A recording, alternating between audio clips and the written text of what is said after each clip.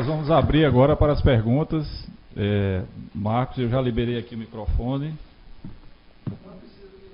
Precisa, para você ser ouvido, porque nós estamos ao vivo. Segura o microfone.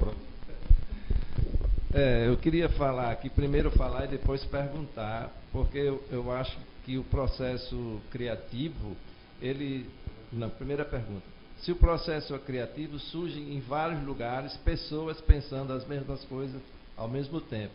Isso me chamou a atenção, porque ontem à noite eu sentei para fazer uns poetrix e sempre eu escolho uma letra. Eu escolhi ontem a letra F. A palavra que eu escolhi ontem para fazer um poetrix foi fóssil. Fóssil. Eu não lembro do poetrix todo agora que eu fiz ontem, mas mais ou menos assim. Se você está na fossa, para sair da depressão, desenterre o fóssil. Aí vem você falar de Stephen King falando de fóssil e você falando de fóssil. Então, eu queria saber se pessoas em diferentes lugares, que isso tem ocorrido comigo sempre, pensam uma coisa e descobrem que aquilo já foi pensado por outra pessoa. Por exemplo, quando as pessoas perguntam meu nome no banco, sempre fazem assim: como é o nome do senhor? Eu faço Jesus Cristo de Nazaré. Aí ele fala: seu Jesus? Não, eu sou eu, Memim. Aí ele faz: seu Memim? Eu disse: não, o senhor me chama de Marcos. Quem se chama de eu, Memim, sou eu. Eu descobri que Drummond fez a mesma coisa em Sertões Veredas. E eu não tinha lido Drummond. Então, esse processo criativo é possível várias pessoas em lugares diferentes estarem pensando coisas similares para os dois. Eu vou pedir licença para responder primeiro.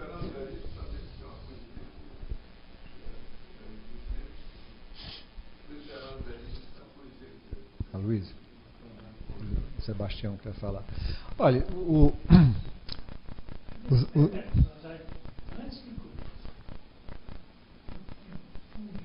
totalmente escrito, prontinho, datilografado, sobre exatamente o que ele perguntou. Você fez um livro sobre histórias. E anterior, eu também fiz um livro sobre história. Sebastião Bortoni é um veterano, viu, Melo? Colega nosso veterano veio de Brasília para cá, trabalhou em muitos jornais aí pelo Centro-Oeste. Já é personagem da nossa quinta literária, né? Todas as quintas está conosco aqui. Bom, isso os psicólogos, né, evolucionistas chamam isso do inconsciente coletivo, né? Essa ideia. Eu acho que, no fundo, 7 bilhões de pessoas que vivem hoje, somando mais 1 bilhão de pessoas que já viveu, eu acho que nós somos um átomo só, né? Nós nascemos e continuamos sendo um átomo. Como disse outro escritor, que eu também esqueço o nome, nada do que é humano nos surpreende, porque nós somos feitos da mesma matéria, a gente pensa a mesma coisa, a gente pensa da mesma forma. No fundo, talvez, que a gente narre diferente, né? Eu acho que os pensamentos são os mesmos. No fundo, talvez o que importa é a narrativa que é diferente. Aliás, muitos escritores acham que o que vale menos é a história e é mais a narrativa, é a forma como você conta, né? O diferencial com que você faz a sua narrativa. Até porque, como seres humanos, as histórias que nós vivemos, que nós passamos, que nós sabemos dos outros, como dizia Julian Huxley, né? São 7 ou 8 histórias. É um homem que ama uma mulher que ama um homem que é traído por uma mulher que é traído por outra, né? E um homem que mata um homem que é morto por outro homem. No fundo, são 7 ou 8 histórias humanas com repetições, né? E diferentes formas de narrar, né? E essas coisas se entrelaçam de formas muito. Aí entra a magia do processo de criação. Aqui tem muita gente que já escreveu livro, né? Tem outros que escrevem e nunca mostraram. Entra no processo de criação, no processo de fazimento da coisa, entram certas coisas misteriosas, né? Em Macaíba, e esse é um personagem também, existiu um barqueiro chamado Lau, não é? Eu não conheci Lau. Lau, quando eu era criança, acho que ele morreu enfim, eu não conheci o Lau, mas ouvi falar muito do mestre Lau. Eu não sabia nada sobre o mestre Lau. Acontece que eu conheço um outro mestre Lau, né? Que é meu amigo, né? Uma pessoa de quem eu gosto de forma ímpar, né? E quando eu quis escrever a história sobre o mestre Lau, né? Porque aquela figura que me intrigava, que fazia o transporte de mercadorias até os anos 50, né? Saía de Macaíba para buscar mercadoria num bote, né? Um barco com uma vela grande e tal, vinha buscar mercadorias em Natal e voltava para levar para o pequeno comércio de Macaíba, né? Eu comecei a imaginar coisas sobre esse mestre Lau e criei essa história dele, que eu chamei de Aquela Viagem, que seria a última viagem, a viagem definitiva, em que ele presta contas diante de si mesmo, né? E faz todo um repasse de sua vida, das pequenas glórias, das grandes desventuras dele e tal. E quando eu comecei a escrever essa história, eu decidi que eu iria dedicar essa história a um outro mestre Lau, que eu conheço, né? Que é meu amigo, que está aqui, né? Ali no cantinho.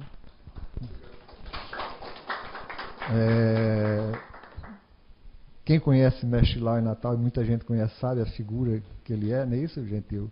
Então, quando comecei a escrever essa história, foi quase uma encomenda do meu inconsciente para fazer essa homenagem ao Mestre Lau, meu amigo. E é interessante, mas o que eu queria dizer é que enquanto eu escrevi essa história, eu imiscuí, eu botei no meio dessa história coisas que o mestre Lau me contou dele, né? Coisa que então só eu e ele sabemos, né? Que estão lá no meio dessa história. Eu achei essa coisa assim, porque o processo escapa a nós, né?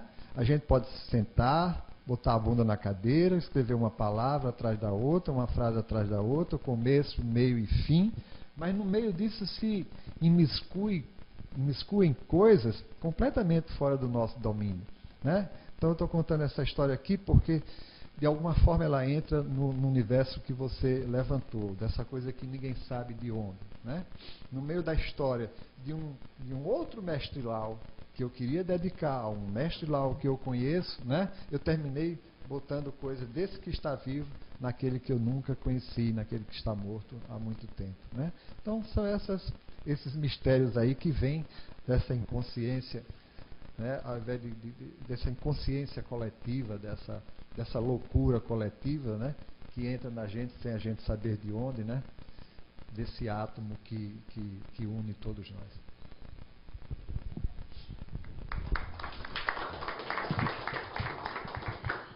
Eu aproveito a fala de Osari quando ele fala de evolução, dos evolucionistas, e eu lembro perfeitamente do trabalho de Charles Darwin e de Sir Wallace. Um na Inglaterra, o outro lá na Ásia. E os dois escreveram sobre o mesmo tema, seleção natural. Então é possível, sim, duas pessoas pensarem ao mesmo tempo sobre a mesma coisa. Eu tenho até uma curiosidade, e isso me fez ler bastante, sobre a história do DNA humano. Nós temos uma ideia do DNA como sendo propriedade do indivíduo, não é? Então, o DNA de fulano, DNA de cicrano, DNA de beltrano, e na verdade, DNA da humanidade. Não é? E isso é que dá a beleza da humanidade, isso que dá a riqueza da humanidade. Isso é que dá as possibilidades de encontros, às vezes inesperados, do conjunto de genes que proporcionam uma determinada habilidade. Então, por exemplo, vem Stephen Hawking, né? Um gênio impressionante, mas vem um menino lá do Piauí, lá do sítio, matemático de primeira linha, vem outro daqui do Rio Grande do Norte, uma menina daqui do Rio Grande do Norte também, não é? De uma inteligência enorme. Então, existem essas possibilidades. Como o Osaí disse, 7 bilhões de seres humanos, né? A gente não pode pensar que aconteça o pensamento sobre uma determinada coisa somente numa cabeça. As possibilidades são muitas. E eu já flagrei na música brasileira, eu também sou um curioso da música, das letras das músicas, já flagrei alguns textos que são verdadeiras plágio, né? Trechos de músicas são verdadeiros plágios, e não só na letra, na melodia também. Outro dia eu estava ouvindo uma música de Caetano, eu digo, puxa vida, ele acelerou uma música de um compositor nordestino. Simplesmente acelerou o ritmo, né? Outro dia, Chico Buarque, a mesma coisa.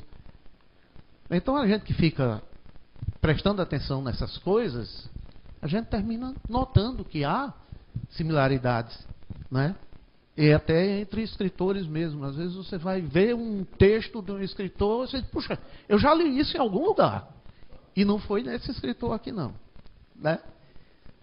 Tá certo? Coincidência de nome de livros, título de livro, é um negócio também que às vezes acontece. Aí você vai...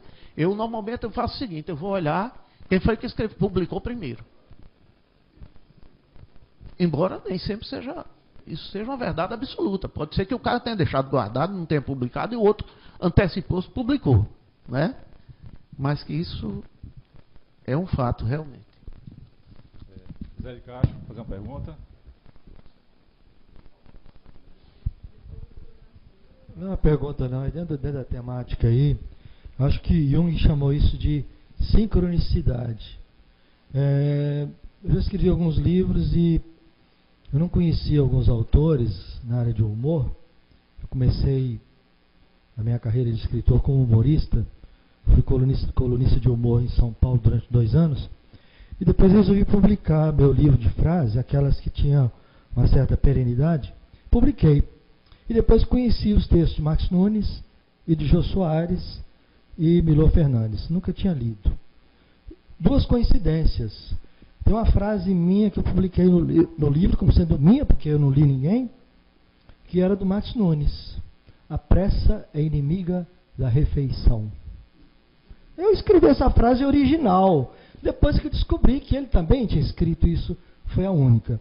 E do Jô Soares eu botei uma frase assim, o martelo do juiz era de madeira de lei. Aí descobri que Jô tinha perguntado uma vez, martelo de juiz é de madeira de lei? Eu nunca tinha lido Jô Soares. Mas a sincronicidade mais estranha foi que minha coluna no jornal de humor chamava Pós-Escritos. De PS e de pó, de poeira, de escrito. E depois fui descobrir também que a primeira coluna de humor do Milor Fernandes chamava Poste-Escrito. E eu nunca tinha lido. São as tais sincronicidades.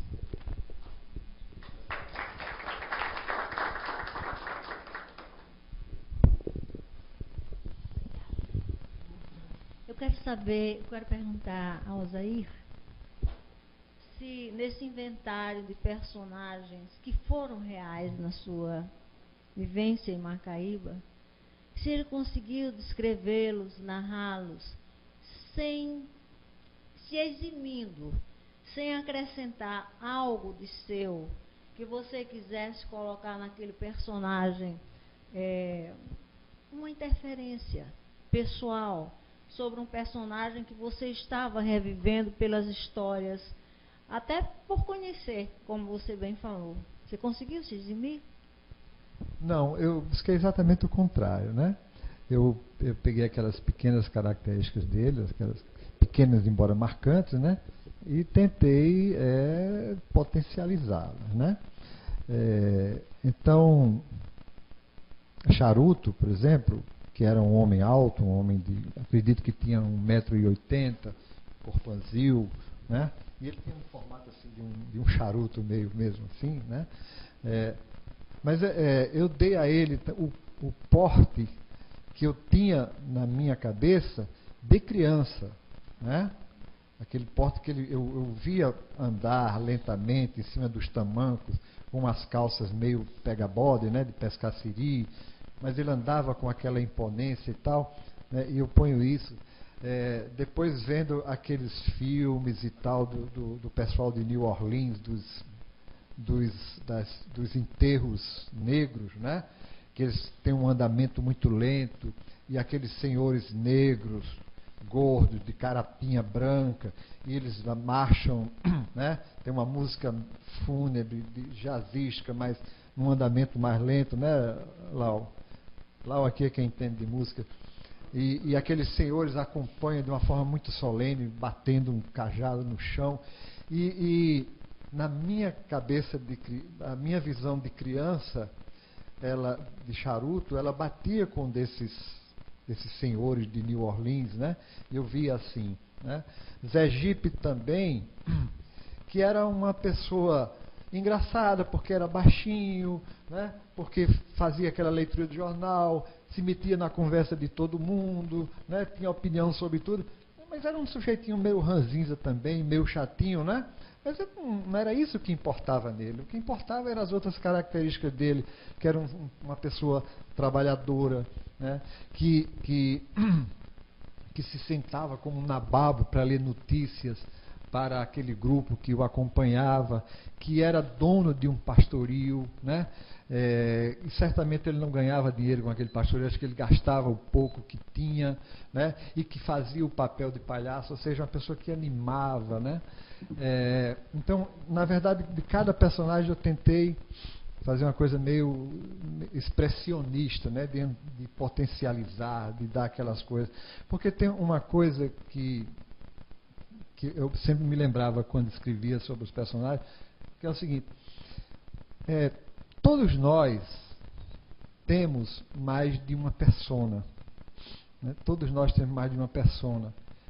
E se a gente vai, por exemplo, no Rio de Janeiro, e você entra num prédio, você vai ver um porteiro de idade, um senhor humilde, né, que lhe trata com todos os salamaleques e tal, né, ali em Copacabana, em Ipanema.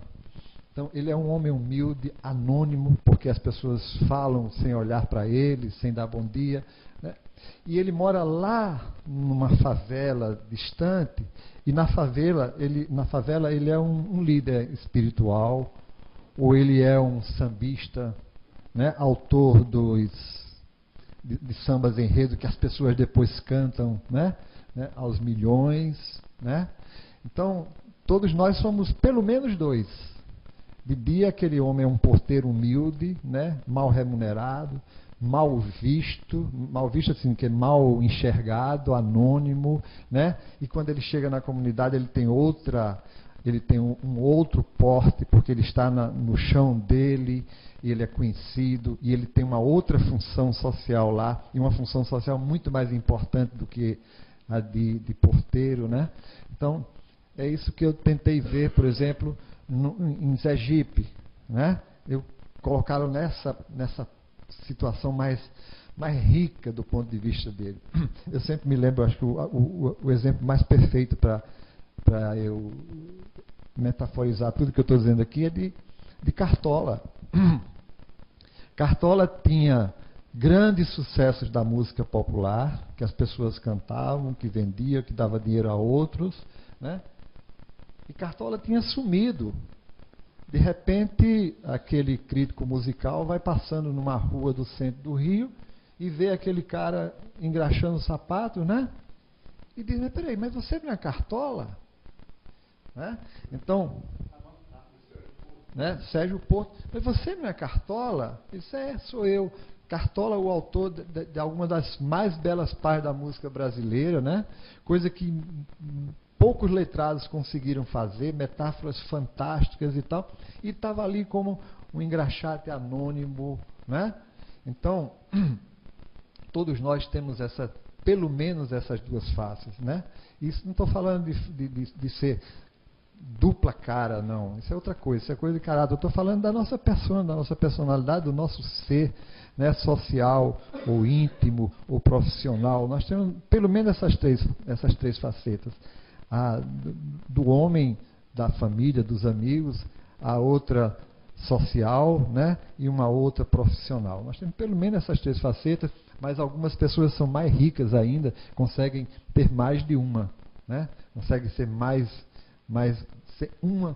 sem nenhuma entrar em conflito e ele convivendo com aquilo tudo, né? São essas pessoas que são tão especiais. Então, né, quando eu pensei nesses personagens, eu quis expressioná-los, né? Eu quis potencializá-los no que eles eram, e aí entra talvez a minha mínima participação, de descobrir neles o que ninguém talvez enxergasse.